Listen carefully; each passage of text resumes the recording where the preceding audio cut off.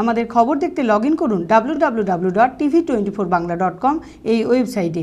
শুক্রবার বহরমপুর প্রশাসনিক ভবনে লোকসভা নির্বাচনের মনোনয়ন জমা দিলেন মুর্শিদাবাদ লোকসভা কেন্দ্রের সিপিআইএম প্রার্থী বদরুদ্দোজা খান ও জঙ্গিপুর লোকসভা কেন্দ্রের সিপিআইএম প্রার্থী জুলফিকার আলী। বিরোধী পক্ষকে টেক্কা দিতে নির্বাচনী লড়াইয়ে প্রস্তুত এই দুই প্রার্থী। বৃহস্পতিবার থেকে শুরু হয়েছে মুর্শিদাবাদ জেলায় লোকসভা নির্বাচনের প্রার্থীদের মনোনয়নপত্র জমা দেওয়ার কাজ। 28শে মার্চ থেকে শুরু করে 4 এপ্রিল পর্যন্ত চলবে মুর্শিদাবাদ ও জঙ্গিপুর লোকসভা কেন্দ্রের মনোনয়নপত্র জমা দেওয়ার কাজ। মনোনয়নের দ্বিতীয় দিনে শুক্রবার সমস্ত দলীয় কর্মী সমর্থকদের নিয়ে বহরমপুর প্রশাসনিক ভবনে লোকসভা নির্বাচনের মনোনয়নপত্র জমা দিলেন মুর্শিদাবাদ লোকসভা কেন্দ্রের সিপিআইএম প্রার্থী বদরুদ্দোজা খান ও জঙ্গিপুর লোকসভা কেন্দ্রের সিপিআইএম প্রার্থী জুলফিকার আলী। বদরুদ্দোজা খান মনোনয়নপত্র জমা দেন অতিরিক্ত জেলাশাসক ভূমি ও ভূমি সংস্কার অংশুল গুপ্তাকে ও জুলফিকার আলী মনোনয়নপত্র জমা দেন জেলা পরিষদের অতিরিক্ত জেলাশাসক সুদীপ্ত পোড়েলকে। মনোনয়নপত্র জমা দেওয়ার পর মুর্শিদাবাদ লোকসভা কেন্দ্রের প্রার্থী বদরুদ্দোজা খান জানান, নির্বাচনী লড়াইয়ে সর্বতোভাবে তিনি প্রস্তুত, তবে সাধারণ মানুষ যাতে ভোট দিতে পারে সেই আবেদনই জানান তিনি। হ্যাঁ, নমিনেশন তো আমরা জমা দিলাম। নমিনেশন একটা লড়াই, সেটা জমা দেওয়া হয়ে গেল। আসল লড়াই হচ্ছে ময়দানে, যে ময়দানে আমরা গত প্রায় 1 মাস ধরেই আমরা লড়াইয়ের ময়দানে আছি এবং 23 তারিখ অবধি থাকবো।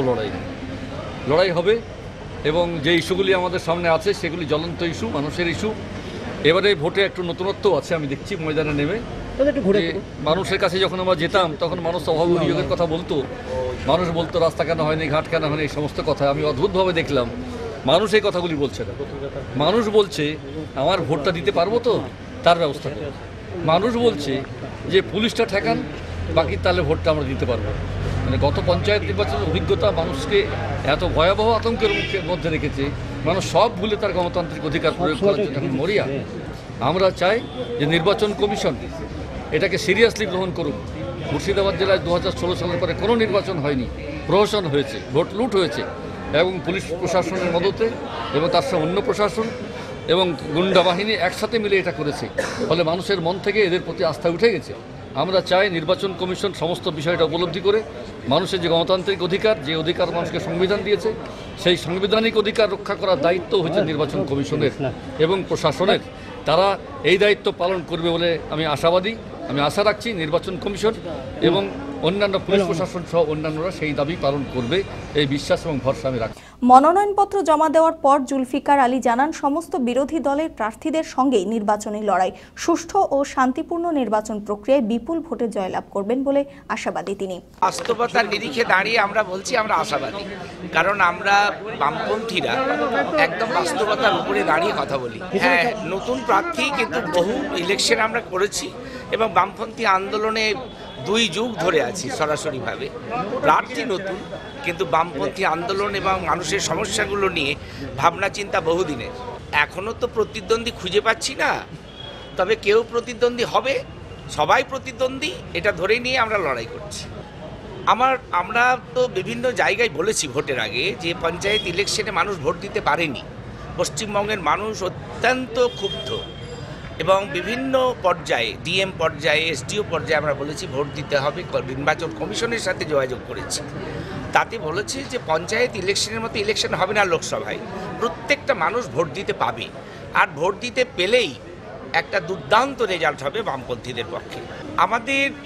আমাদের জাতীয় স্তরে তো কিছু ইস্যু রয়েছে, যেহেতু লোকসভা ভোট, আমাদের দেশে ধর্মনিরপেক্ষতার একটা প্রশ্ন রয়েছে, কারণ সাম্প্রদায়িকতা একটা ইস্যু করছে, যারা ধারণতন্ত্র করে বিভাজনের জন্য মানুষের মধ্যে, সেটাকে নিরসনের করার চেষ্টা, আর গণতন্ত্র রক্ষা করার বিষয়টি রয়েছে।